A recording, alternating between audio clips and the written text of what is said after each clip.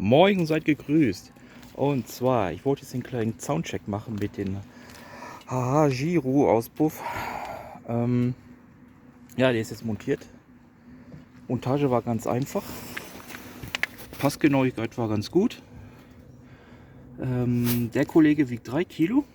Der Originale hat 5 Kilo. Sound, sage ich mal, ist so... Untenrum ist er ein bisschen bassiger. Aber obenrum hört sich genauso an wie der Tick lauter als der Originale. Aber auch nicht zu laut. Also mit dem wird man hundertprozentig keine Probleme bekommen. So, wollen wir mal starten. Ich lege erstmal das Handy wieder beiseite. Oder in der Tasche besser.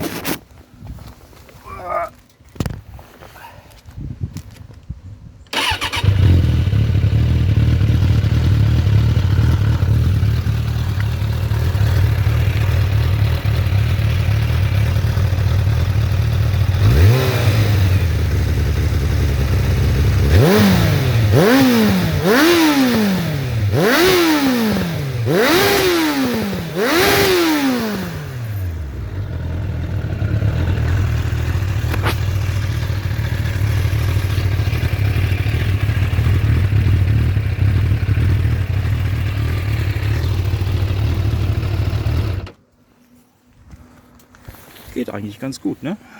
Für 240 € kann man nicht meckern.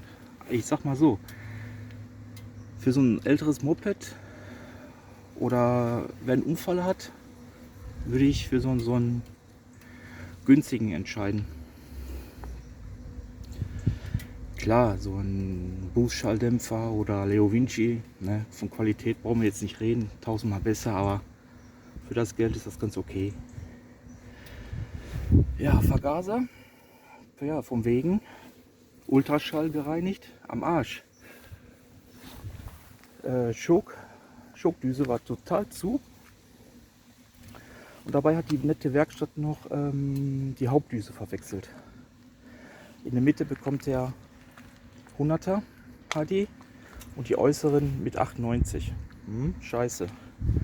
Jetzt läuft es zwar wieder ganz okay auf allen 4 Zylinder, aber ich werde in Winterzeit den auf jeden Fall wieder wegbringen. Ja, demnächst kommt noch ein Lenkrad, einen neuen habe ich bestellt. Ja, die neuen Spiegel dann.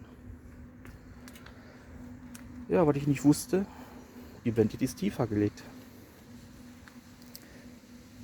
Ist jetzt nicht so optimal für mich. Muss ich mal gucken, wo ich jetzt die originalen Umlenkhebel bekomme. So, das war es eigentlich. Wenn ihr Lust habt, lasst ein Abo und ein Like da. Dann sage ich mal bis später und einen schönen Sonntag noch.